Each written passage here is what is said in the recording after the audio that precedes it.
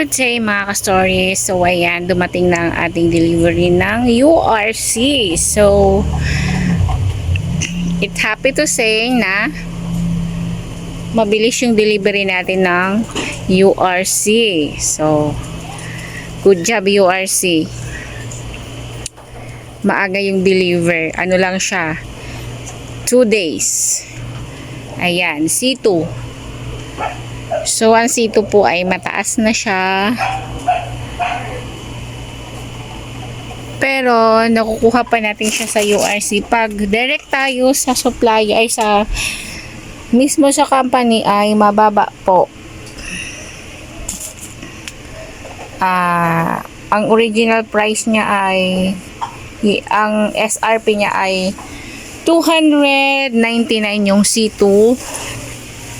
Pero dahil naka-direct po tayo sa company ay sa URC ay nakuha lang natin ng 262 if I'm not mistaken mga ka-story. So ayan. So mababa pa siya kaya mas maganda naka-direct tayo. Kasi kahit ibenta ko po siya ng wholesale, yan, ibenta ko siya ng wholesale, may tutubuin pa rin po ako mga ka-story. Kahit ibenta ko siya ng 299, may matutubo pa rin ako sa C2. And then, ang pa-deliver ko ay ang tabang. Matabang? O pwede na? cream o greatest choco, tsaka yung tubig na tig-10. Alam ko may ano to, may free. Then, rose for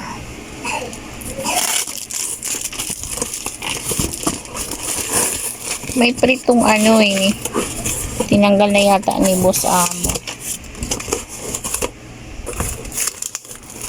May prito na great taste white. So, ayan. Nakabundle pala siya. So, isang box siya tapos nakabundle. Fresh. 5. Get 1 free bottle. Oh, yan. See, di ba mga ka-story? May free na ako. So, sa isang box, may 4 na akong free. 40 agad. Ano yon? So, ayan mga ka-story, nakamura na tayo, may free pa tayo ng 4 na pirasong tubig.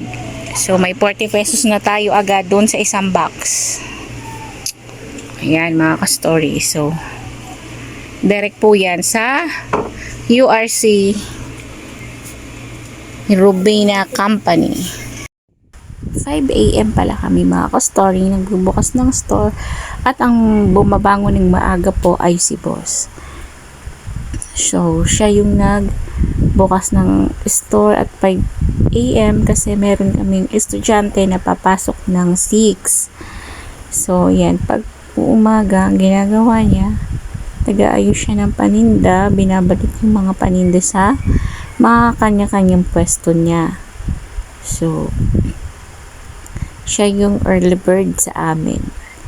And then, pagpasok ni Kuya. So, ayan, habang nag-iintay siya ng mamimili, nag-aayos ng mga paninda ang ating Boss Amo. So, hindi po ako makabangon ng maaga.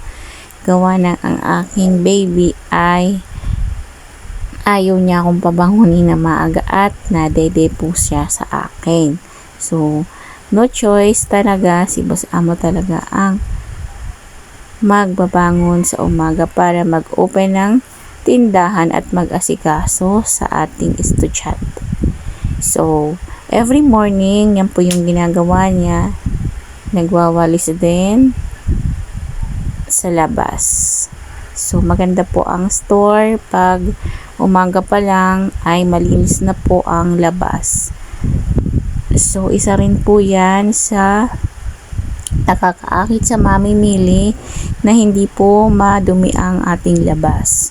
Maganda po ay lagi po siyang malinis para bungad pa lang po ay kaaya-aya ng tingnan ang ating store. So, ayun mga ka-story. So, ayan mga ka-story. Pagkatapos niya walis sa labas, saka siya magkakape. So, every morning, masarap po talaga umpisa ng lahat sa pagkakape. So, saka siya mag-aalmusal habang nagtitinda, nagkakape ang ating boss amo. So, ayan mga ka-story, ang ating gawain niya sa umaga. So, pag bumangon na rin po ako, magluluto na rin po ako ng almusal ng aking bunso at almusal po namin.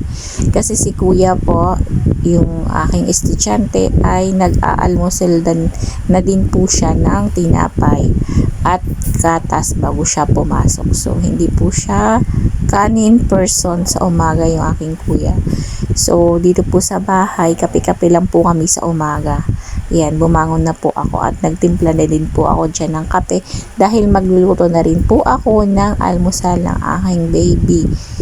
So, hindi pa po nagising yung aking baby kaya may time pa po akong mga pagluto. So, ayan mga ka-story. Diyan na po natin i-end ang ating vlog mga ka-story. Please keep on watching and please subscribe our channel, Babs Tindahan Story. Ayun lang mga ka-story. Bye! Happy selling to us!